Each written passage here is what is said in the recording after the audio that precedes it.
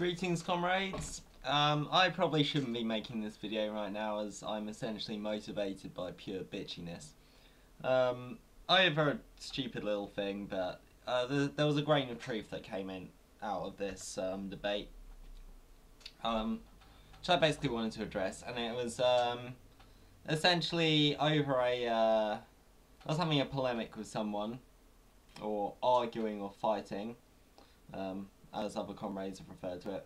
Basically, the subject was Iraq beaten as a country during the 2003 Iraq invasion, which I assert it basically was. The entire country capitulated fairly quickly. There was a very strong insurgency, which after a very long struggle has basically reduced itself to the occasional car bomb. A different comrade claimed otherwise. And I felt that this particular comrade did not conduct themselves particularly well, resorted to name calling pretty quickly over the fact, I presume because they hadn't heard of Google Translate in Germany, so they got rather frustrated that they couldn't understand my comments or something, or that they couldn't relay their comments to me in English.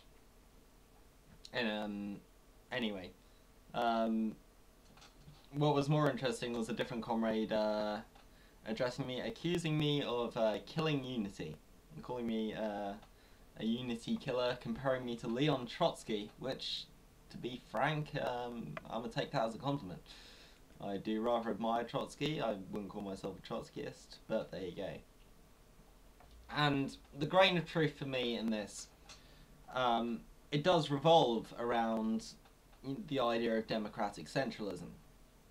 And essentially, democratic centralism is the idea that within a party, within a movement, within an organisation of any kind, all members have the opportunity to debate, to polemicise, to discuss issues, to explore different lines of thought, to basically go into different concepts, perhaps analyse different events in history, etc., etc., and basically just try and air out differences, and to work out what is the correct line, what is the correct interpretation of history, and basically if a comrade is talking shit, to call them up on it.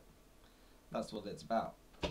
But once a decision has been made by the majority on any particular subject, be it an action, be it approving a line of thought for the organisation as a whole, everyone takes their vote, the majority gets their way.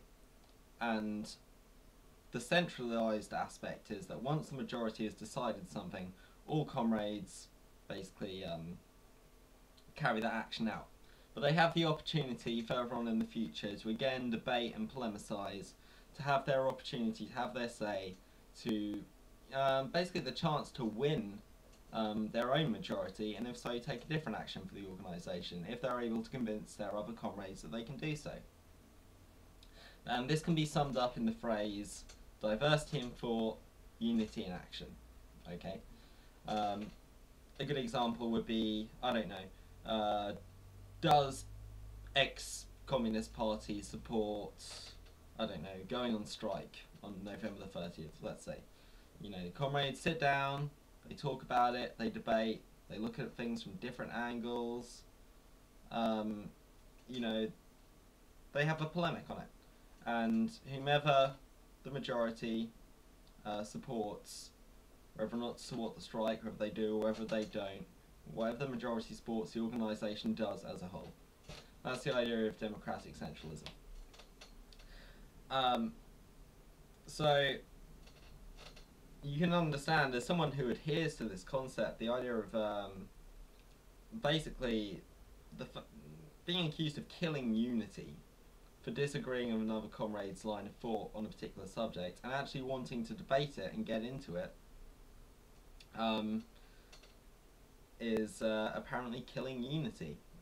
It's causing a discord And to me, this is very typical of the kind of the problem we have on the far left these days, where it's comrades, and there's a good article in the Weekly Worker about this, but basically, comrades are not being taught, are not being encouraged to really think for themselves, to think outside the box, to actually sit down with their theory, analyse a situation, an event in history, whatever, a line of thought, and come up with their own opinion and lay down their own arguments, or even go into any particular depth on arguments, and be critical of, comrades are not being encouraged to be critical of, you know, other comrades' lines of thoughts, unless they're in a particular different sect, or, you know, tiny Trotskyist party, or whatever. I mean, you know, and this is exactly this kind of culture which causes splits. This is why we have,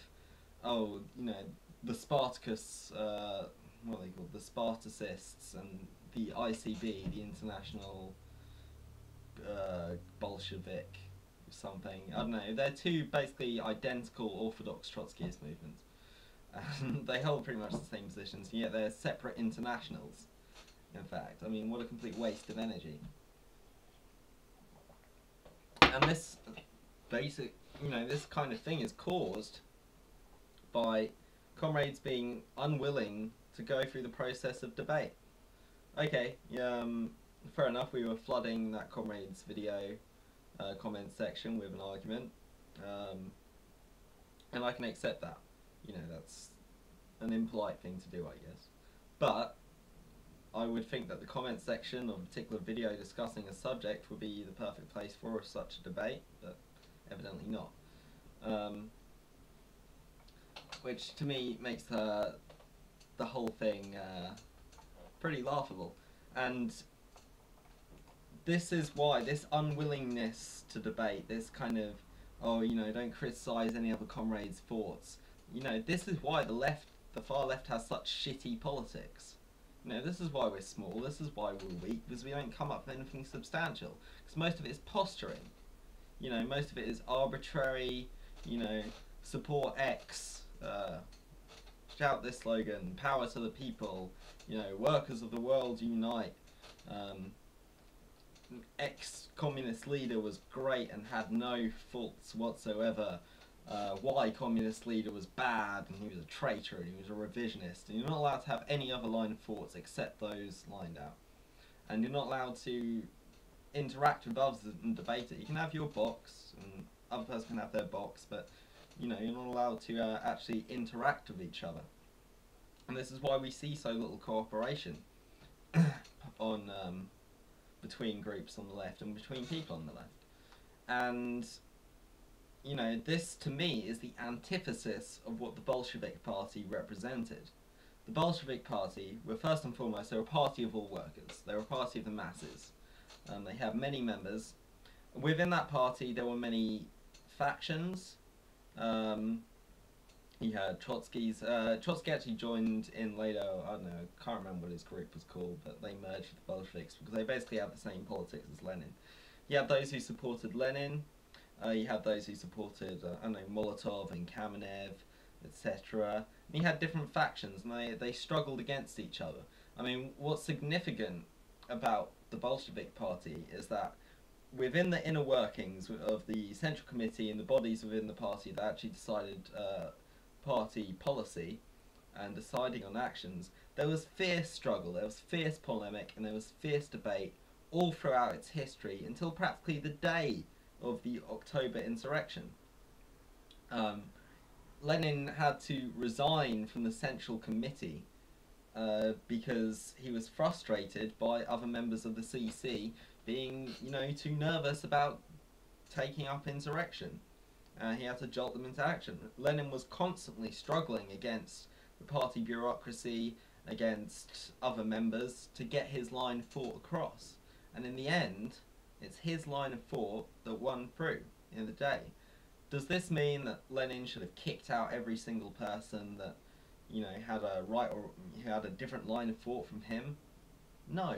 Because what if he was wrong? he was able to get his line of thought put through because he proved it was right through long and arduous discussion, and him having to go off and think for a long time about it and write pamphlets and books and really think about it, rather than having one god king leader who decides everything, who is wise, and whatever he says goes. So he doesn't have to think. He makes snap judgments like that. He doesn't have to rely on the opinions of people who might actually know something, you know, who might actually have something to say. And that is that was the strength of the Bolshevik Party. And like I say, they had diversity in thought. They had Trotsky and Lenin and Kollontai on the left. I mean, when Lenin came in with the April thesis, he was universally slammed as being mad and insane. People didn't, you know, a lot of the workers supported it, but people within, you know, within the high levels of the Bolshevik Party, as well as, of course, the social revolutionaries and the Mensheviks and all that, you know, they thought he was crazy for doing this. The only person who voted in favour of it was Alexandra Kollontai. And, you know, in many ways she was fucking crazy. But as time went on, you know, through fierce debate, through polemic, through fierce analysis, and people going off and thinking about it and talking to each other and having this kind of debate and testing their brains and putting their thought into action, people actually eventually said, you know what, that Lenin guy, he's got something to say. You know, let's listen to him more. And that was the key strength of it. I mean, the Soviet government was not formed in the intention of being a one-party state. You know, even right towards the end, they they overthrew the provisional government of Kerensky, and I assume they kicked out the cadets who were, you know, obviously linked to the bourgeoisie, but they invited even the right social revolutionaries and the Mensheviks, even though everyone knew that their ideas were full of shit, that they were compromisers, that they were iniquitous, that they would bend down at the last moment, at the vital key moment. They still invited them into the Soviet government, and they said no. And, you know, more fool them. And so it was just the Bolsheviks and the left social revolutionaries left. And of course, the left social revolutionaries didn't want to. I guess that's a separate argument for conditions of wartime. But you know, in the situation we're in now, in the crisis that the left is in, the left being so weak and so irrelevant to everyday life of the workers in capitalist countries, it's times like this that we actually need to be able to be free to sit down and talk and debate and polemic freely without being accused of being unity killers, without being compared, you know, called Leon Trotsky by tankies, you know. After all, I'll leave you, of course, the Rosa Luxemburg quote, "Freedom is the freedom of those who think differently." But a much more key quote for me is Karl Marx's personal motto: doubt everything. Red salutes, comrades.